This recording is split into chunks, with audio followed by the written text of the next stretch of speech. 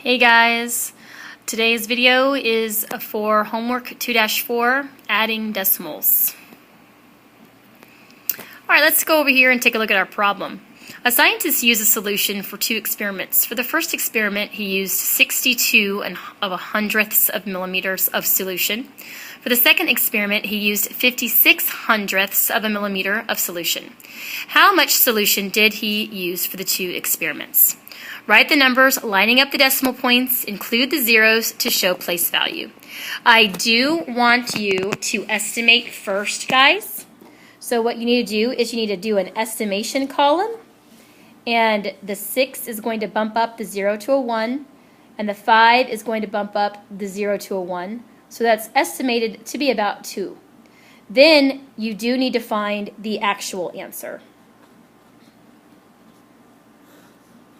So I kind of want two parts to your homework tonight, okay?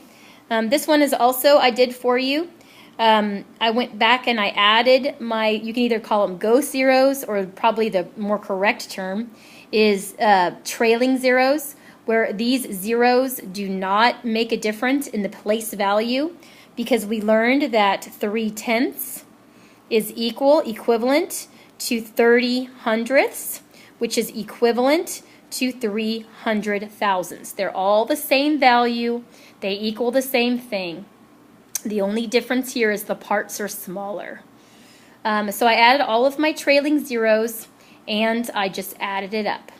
And I got 74 wholes and 637 thousandths.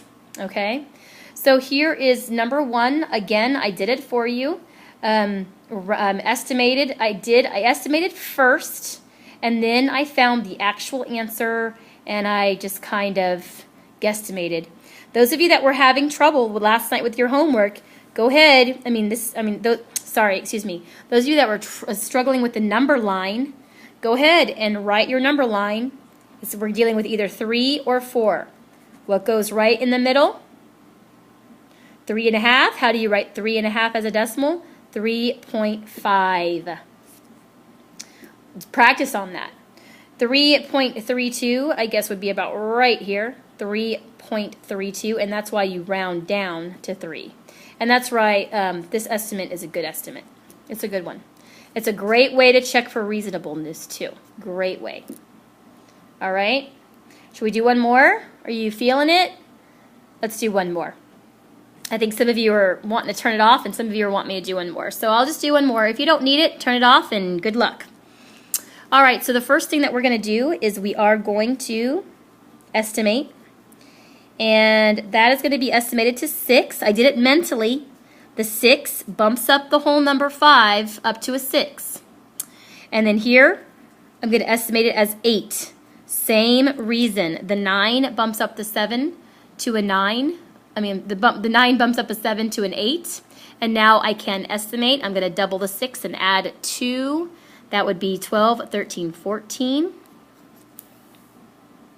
Okay, so now I'm going to do the actual answer. This is the actual answer.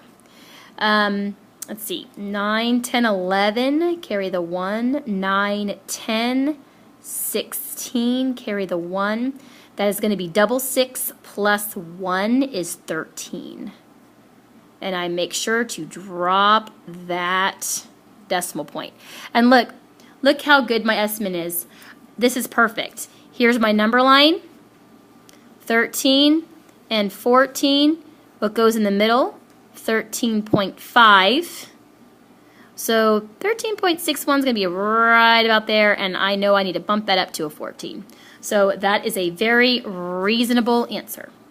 Okay, guys, I've done 2 for you. Now you have to do 6 by yourself. You're going to go ahead and need to get a piece of notebook paper, because I want 2 columns. I want the estimating column, and I want the actual column. And you are going to need to rewrite these line